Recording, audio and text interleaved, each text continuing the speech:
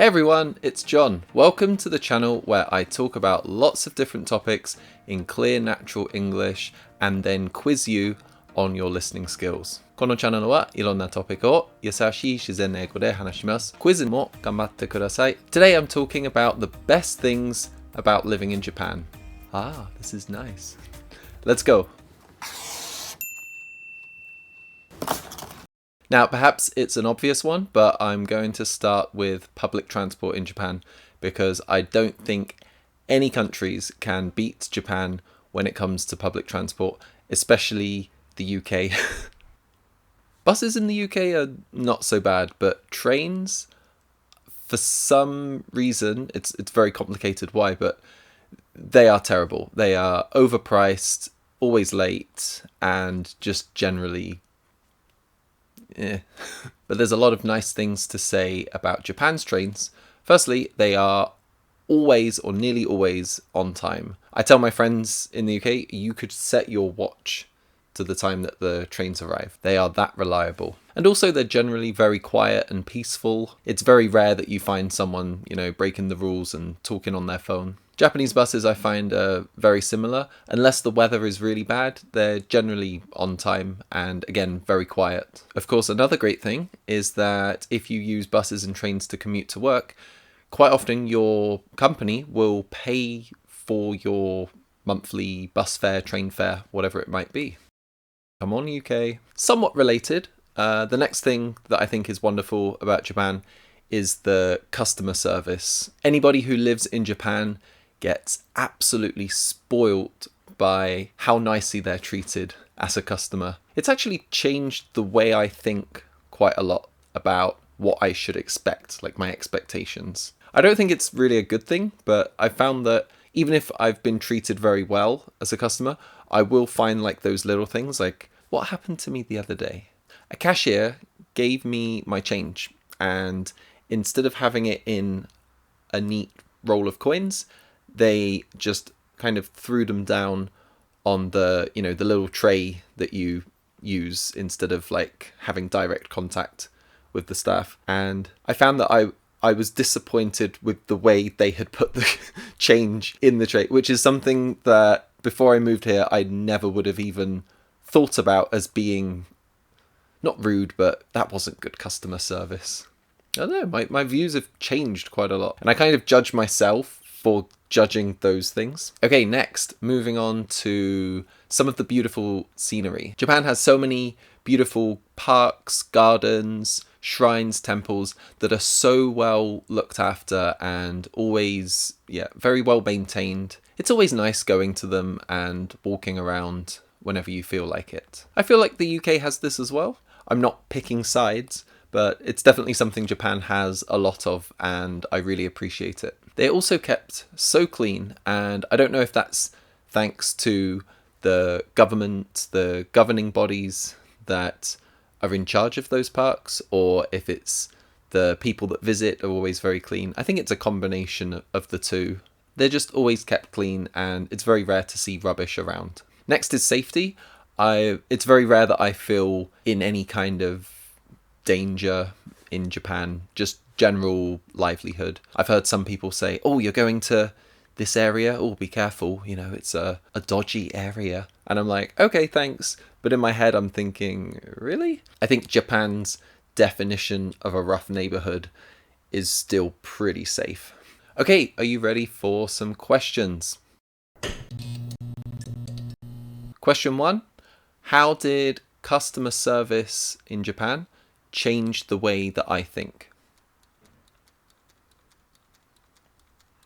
It raised my expectations of customer service, or it made me expect more. Question 2, true or false? The UK doesn't really have many beautiful parks and public places. That was false. I said that the UK does as well. Question 3, what did I say was bad about the trains in the UK? They are overpriced and they do not run on time very often. Okay, moving on. Next on my list, convenience stores, konbinis.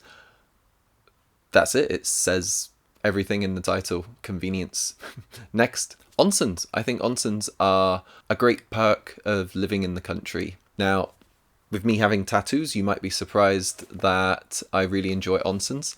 I can go to the Sentos. I've never had any trouble going in. And I can go to like a private onsen if I make a reservation. That's also no problem. It's really just the public onsen defined places. And similarly linked with nice relaxation, I love izakayas in Japan. While the UK has great ways of unwinding, there really is nothing that is similar, in my opinion, to an izakaya. I think the thing I like most is you can order as much or as little food that you want, and there's also a lot of variety usually on what you can order. I'm trying to keep this video quite short, but I've already mentioned quite a lot of things.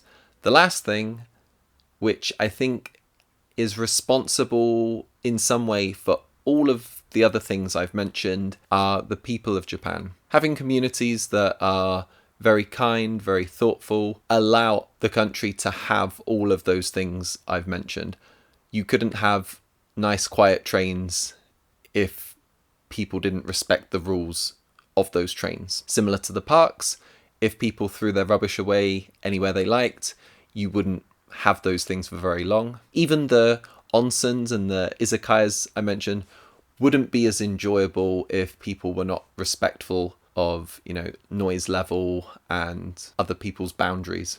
Now, I can hear a few people saying, wait a minute, sure, people might be quiet in the onsens, but that doesn't mean that, you're going to have really quiet people in izakayas. And absolutely, those noise volumes aren't the same. But I find that all round, generally, people are just respectful of the place that they're in. Onsens, of course, are a place to relax. Izakayas are not.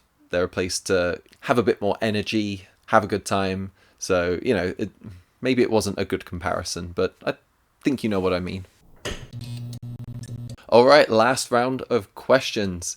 I said earlier that I thought you might be surprised with one of the items on my list. Which one was it? It was with the onsens because of my tattoos. Question 2. What did I say was one of the best things about izakayas? You can order as much or as little as you want. And last question. What did I say was the reason for all of the other great points of Japan? It was, of course, the general public being very thoughtful and very kind and considerate. How did you do today? 1, 2, 3, 4, 5, 6 answers, right? If you didn't do quite as well as you hoped, then there is a list of keywords and phrases in the description. So take a look at that. They are all timestamped, so you can go back directly to the words that you didn't know and listen to that part again. And hopefully that will help you understand why you got some answers wrong. Coming up soon, I'm going to do a video about the things that I miss from the UK. So kind of the other side of the coin. If you're interested in that, please hit the bell icon and you will know exactly when it's ready. But that's it for today. Thank you so much for watching. Have a great day and I'll see you next time. Goodbye.